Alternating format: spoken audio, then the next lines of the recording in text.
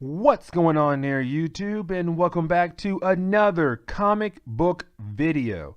Alright guys, so we are continuing the X-Men reading order. And guys, we are going to continue the Phoenix Saga, Part 2. Now guys, real quick, like I said in my last video, when it comes to the Phoenix Saga, it's not all about Jean Grey and the Phoenix. No. Chris Claremont made sure that every character gets some kind of development in this saga, but he still to make sure that the focus point is Jean Grey, that she is the main character of this storyline. And so, real quick, I want to say you're not going to see her basically go all out Phoenix in every single book. You're going to see her be more of, okay, I have these new powers. What else can I do with these new powers? That's going to happen in this saga right here. You're not going to see her be the all-powerful, the Phoenix, and kicks everybody's butt. No. You're going to see more of, this is Jean Grey. This is her becoming the Phoenix piece by piece. And that's why I like Chris Claremont's writing. He makes sure that every single X-Men character still gets some kind of love in the story. And that's why I say Chris Claremont is still the best X-Men writer of all time. Now guys, basically in the last video, I forgot to mention one thing. Now, in the last video guys, we did see basically the Juggernaut defeat the new X-Men. He defeated Wolverine, Colossus, Storm, and Black Tom, Juggernaut's partner, defeated Banshee. And so it was kind of like, okay, these two guys basically defeated the new X-Men. And the one thing I forgot to mention was that when Juggernaut basically defeated Nightcrawler and threw him across the room, these little guys, you know what, I'm gonna call them elves. These little guys came out of nowhere and carried Nightcrawler's body away somewhere safe while Juggernaut continued to fight the new X-Men. And so right now you have Nightcrawler basically waking up after the battle with the new X-Men and the Juggernaut. And Nightcrawler's all like, okay, I'm still alive, but how? Where's my team? Matter of fact, who are these little people with pointy ears? Are you guys elves? Leprechauns? Like, what are you guys?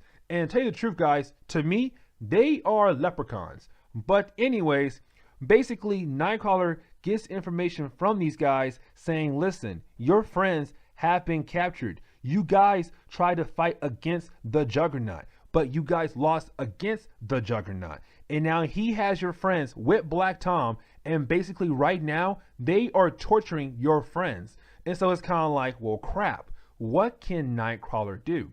Now, guys, we do learn two more things from these elves or leprechauns. The first thing we do learn is that basically Black Tom, Juggernaut, they are working with Eric the Red.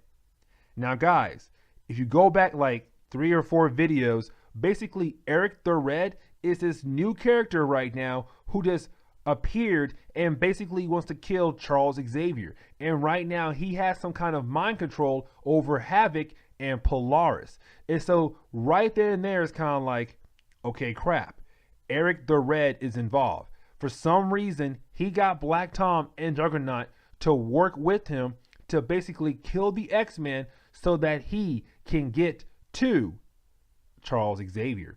And so it's kind of like, what in the world is going to happen to Charles Xavier? Now, they also tell him one thing also too, that Black Tom wants to kill Banshee. He hates Banshee. He wants to kill Banshee and the rest of the X-Men. And so it's kind of like, crap, Nightcrawler has to go in there and save his friends somehow. But how can he do it? Now, this is where Nightcrawler realizes that he has to save the rest of the X-Men. The question is, though, how? How can he save the rest of the X-Men? And so he says, you know what? I have an idea. Let me use my image inducer, this watch that I got earlier from Charles Xavier that lets me basically change my image. So when people see me, they don't see the demon version of me. They see a regular human being. And so with him using that image inducer, he basically goes in front of Juggernaut and pretends that he is Charles Xavier. And so with that right there, Juggernaut is instantly mad because, guys, the Juggernaut has a hatred for Charles Xavier. And so when he sees Nightcrawler being Charles Xavier, all he sees is Charles Xavier. All he sees is that, you know what? This is my chance to basically get rid of Charles Xavier right here. And so he goes on a rampage. But like I said, this is Nightcrawler pretending to be Charles Xavier. And so basically you have Nightcrawler jumping around the room as Charles Xavier. And that's when Black Tom realizes, wait a second, this is not Charles Xavier. Charles can't walk. Charles can't jump off walls. That is Nightcrawler, the only X-Men we did not capture. But by the time Black Tom realized that this is not Charles Xavier, the Juggernaut has already caused so much damage in the room. He made a hole in the castle. He broke so many different equipment in the castle. Storm is now at full power because, guys, in my last video, we saw Storm basically freak out. She freaked out because she is scared of closed spaces. We saw that in the last video. And so with her be able to see the outside world, she does not feel trapped anymore. She says, you know what? I am free. I am free to do what I want to you, Juggernaut. And so basically she was able to go full power and to release the rest of the X-Men. And so it's kind of like, okay, here we go. Round 2. X-Men versus Juggernaut and Black Tom.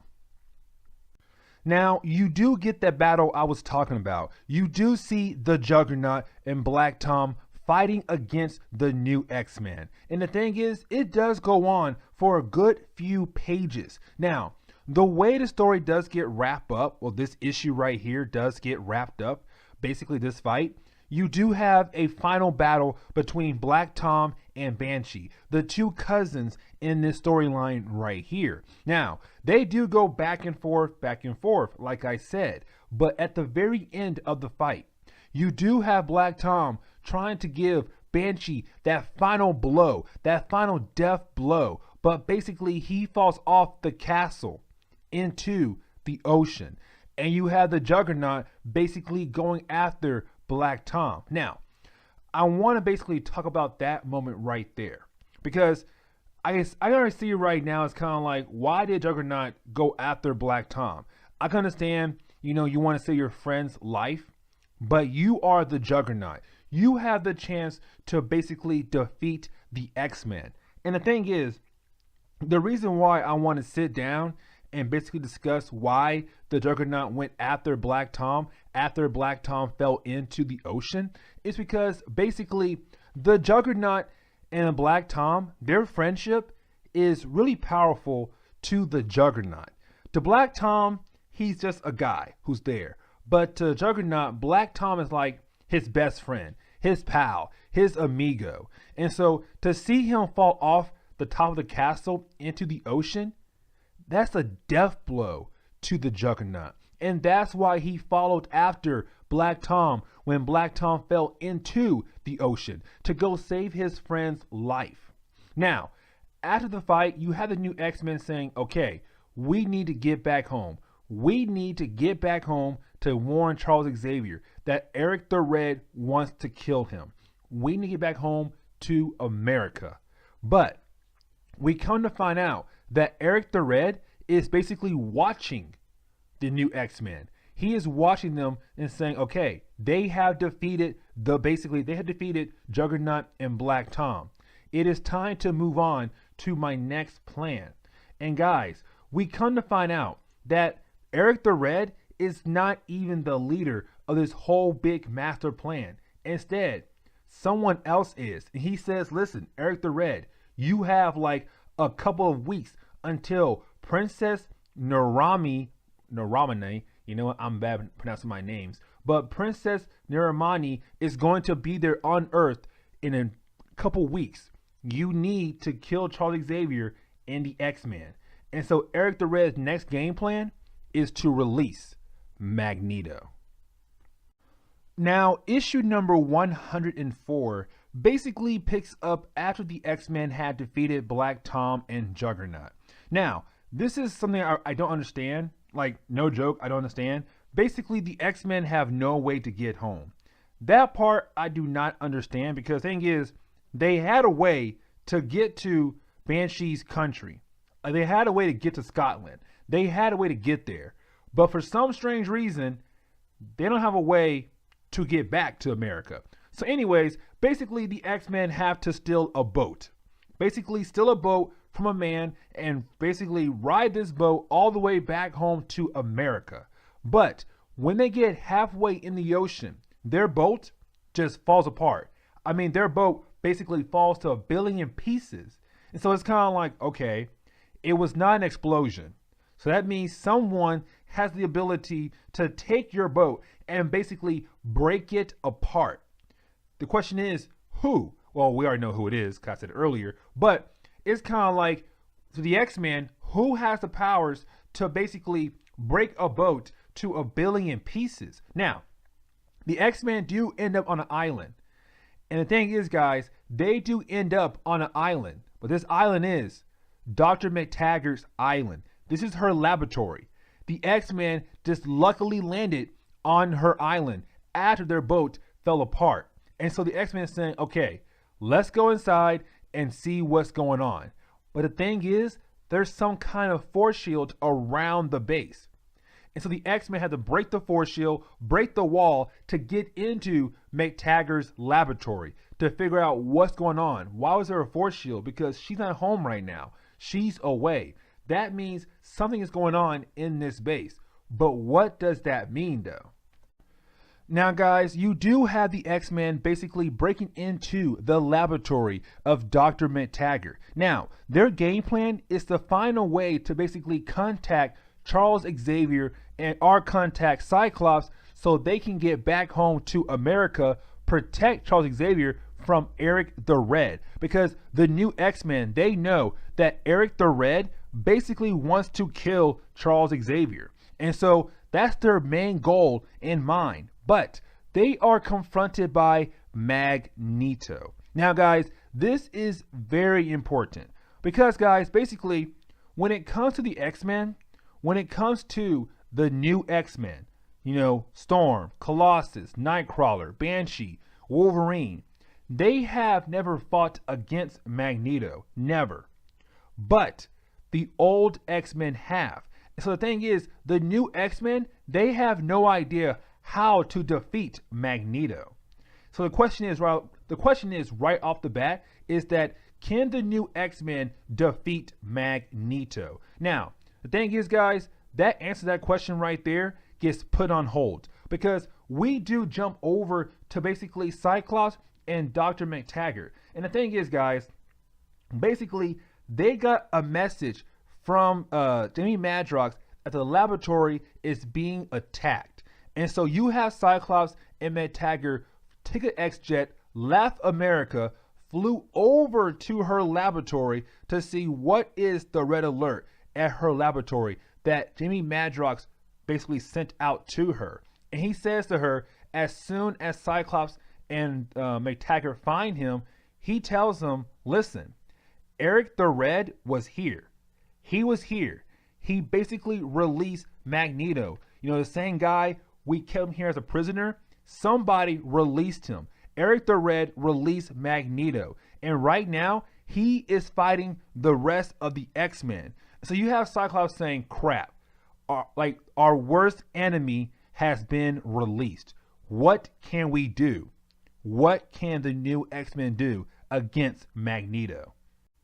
Now, we do jump back over to the new X-Men fighting against Magneto. And the thing is, guys, they are getting their butt kicked. I mean, we see our boy Magneto basically playing around with the new X-Men. You know, Nightcrawler, gone. Storm, gone. Banshee, no joke, guys, Banshee was the one new X-Men who almost stood a chance against Magneto, but also gone. Colossus, Wolverine, the two guys on the team that have metal parts of their body, both of them gone. The new X-Men were defeated by Magneto. But you do have Cyclops come in the last second and say, hold up guys, your great leader is here to basically save your life. Now, you do have Cyclops like basically push Magneto back, but he says, Nightcrawler, tell McTaggart, tell Madrox,